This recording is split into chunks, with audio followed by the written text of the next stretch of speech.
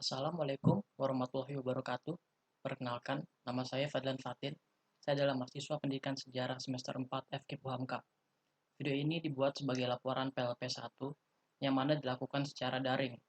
Maksud dari tujuan kegiatan ini adalah untuk mengetahui beberapa aspek-aspek sekolah yang meliputi kultur sekolah, struktur organisasi dan tata kerja, implementasi peraturan dan tata tertib di sekolah, identitas kegiatan di sekolah, identifikasi kegiatan rutin yang meliputi kurikuler, kurikuler, dan juga ekstrakurikuler, serta identifikasi praktik kegiatan positif sekolah. Berikut ini adalah hasil kegiatan PLP kami yang bertempatan di SMA Muhammadiyah 15 Jakarta. Selamat menyaksikan.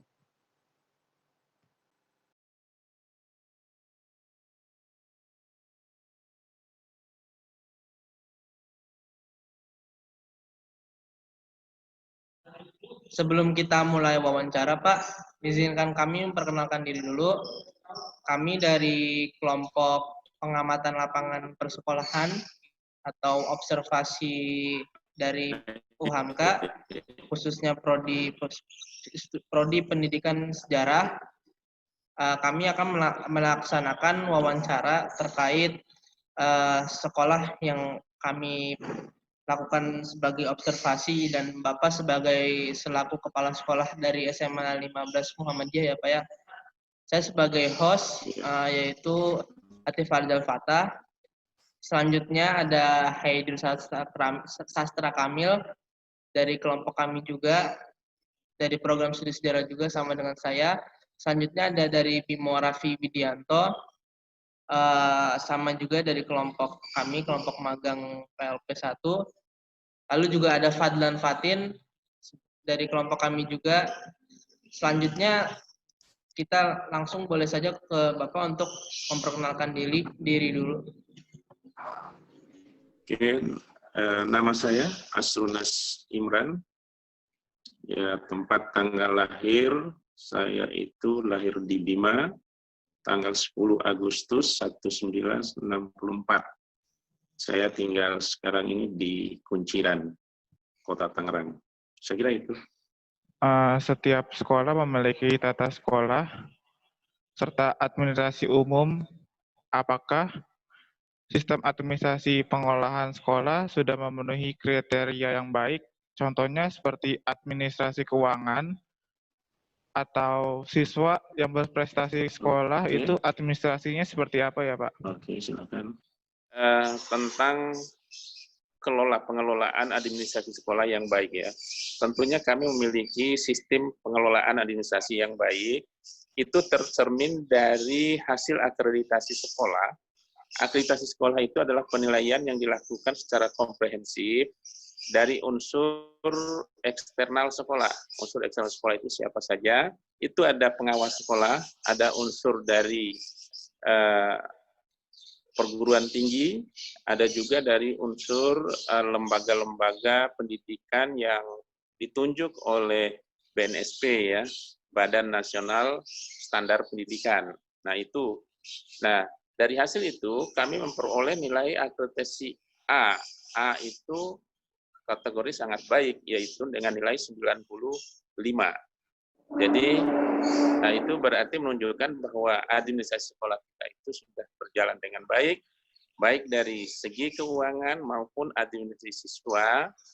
Administrasi keuangan itu terkait dengan penggunaan dana-dana baik yang dari masyarakat, yang melalui SPP maupun uang pangkal, itu dana masyarakat namanya. Kemudian dana yang dari pemerintah yang diberikan melalui BOS. Nah, itu kami kelola dengan baik untuk kemajuan sekolah yang saya pimpin. Gitu. Silakan pertanyaan yang ketiga. Untuk pertanyaan ketiga, Pak, adakah kegiatan-kegiatan sekolah yang merupakan pembiasaan pada lingkungan sekolah SMA Muhammadiyah, seperti kegiatan ibadah dan literasi umum sebelum KBM dimulai? Ya, pada pagi hari ada sebelum masuk ya dalam kondisi sebelum pandemi ini, kalau di sekolah kita akan melakukan literasi kita itu membaca Al-Quran. membaca Al-Quran itu tidak hanya membaca Al-Qurannya, tetapi maknanya dan terjemahannya kita baca. Kemudian kita akan mencoba menggali dari yang sudah kita baca itu, apa sih sesungguhnya makna yang terkandung di dalam Al-Quran itu. Nah, itu literasi kita, jadi membaca sambil memahami makna yang ada. Pertama Pak, saya mau hendak bertanya. Di sini kan Pak Rojak sebagai gurunya mata pelajaran sejarah. Nah, saya ingin bertanya kepada Bapak, selama Bapak mengajar di SMA 15 Selipi ini, bagaimana Pak terkait karakteristik siswa pada jenjang SMA, khususnya ketertarikan mereka terhadap pelajaran sejarah? Jadi kalau di SMA Muhammadiyah 15, karakteristik anak itu kan pasti berbeda ya.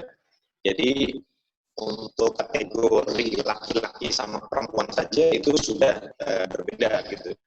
Bahkan untuk setiap level gitu ya, untuk kelas 10, kelas 11, dan kelas 12 itu biasanya punya ciri khas yang juga berbeda-beda gitu ya. Secara umum sih mungkin karakteristik dari siswa SMA itu memang adalah siswa yang sedang tumbuh gitu ya, sedang tumbuh dan mereka sedang mencari jati diri hingga mereka kalaupun nakal gitu ya, itu nakal yang sifatnya seperti anak-anak yang mencari perhatian gitu. Secara umum mungkin seperti itu karakteristiknya. Pertanyaannya, bagaimana tata tertib dan tingkat disiplin siswa pada saat KBM berlangsung, Pak? Untuk tata tertib dan tingkat kedisiplinan siswa, suaranya kedengeran nggak? Kedengaran Pak, jelas Pak, jelas. Oke. Jadi di sekolah SMA Muhammadiyah untuk tata tertib itu sebenarnya sudah ada gitu ya, yang tertulis maupun kemudian yang tidak tertulis gitu ya, diungkapkan oleh guru-guru gitu ya. Jadi setiap guru mata pelajaran biasanya punya tata tertib sendiri gitu untuk mata pelajarannya. Tapi secara umum SMA Muhammadiyah itu punya tata tertib yang juga mengatur tentang bagaimana anak-anak masuk sekolah pada pagi hari, kemudian tingkat kehadirannya seperti apa, kemudian tingkat keaktifannya dalam mengerjakan tugas dan seterusnya, itu sebenarnya sudah ada gitu ya. Tapi memang di setiap anak itu memiliki penerimaan dan prakteknya berbeda-beda.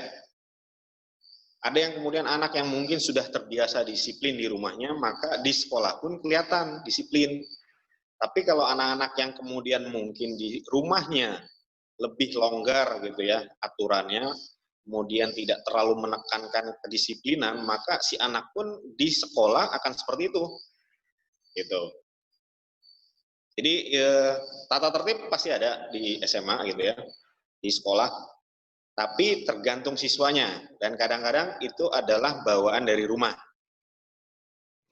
Selama teman-teman bersekolah di SMA Muhammadiyah ya, entah mungkin teman-teman dari SMP sudah di situ atau mungkin hanya dari SMA saja gitu. Selama teman-teman sekolah di SMA itu, kultur atau kebiasaan apa saja sih yang sering dilakukan khususnya pada hal-hal positif gitu. Nah, apa nih yang biasanya teman-teman lakuin kalau dalam hari-hari biasa gitu, kultur-kulturnya itu? Aku mau jawab nih, kalau kebiasaan kita itu setiap pagi, alhamdulillahnya baca Al-Quran.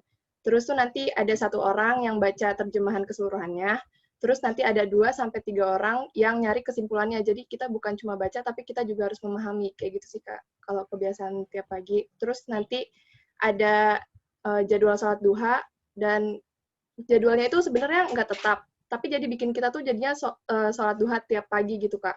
Kayak gitu sih kalau kebiasaan yang ada di Muhammadiyah.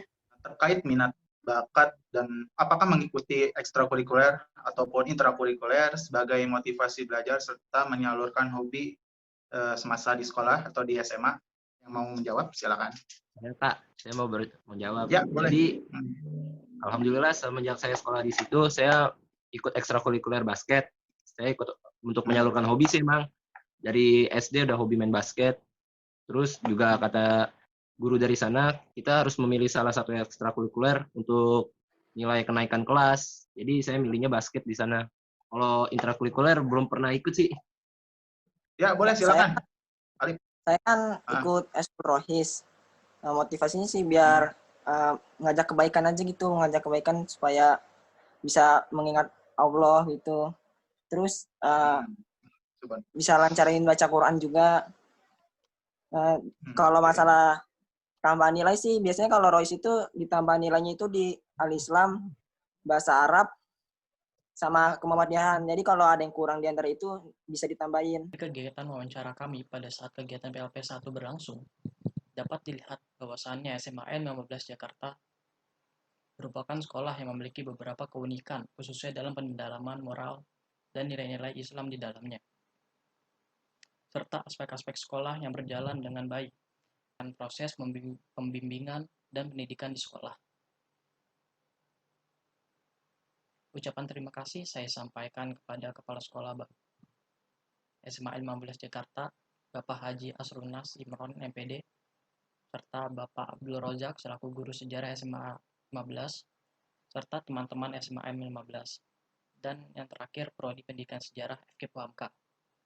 Dengan demikian, saya ucapkan Assalamualaikum warahmatullahi wabarakatuh.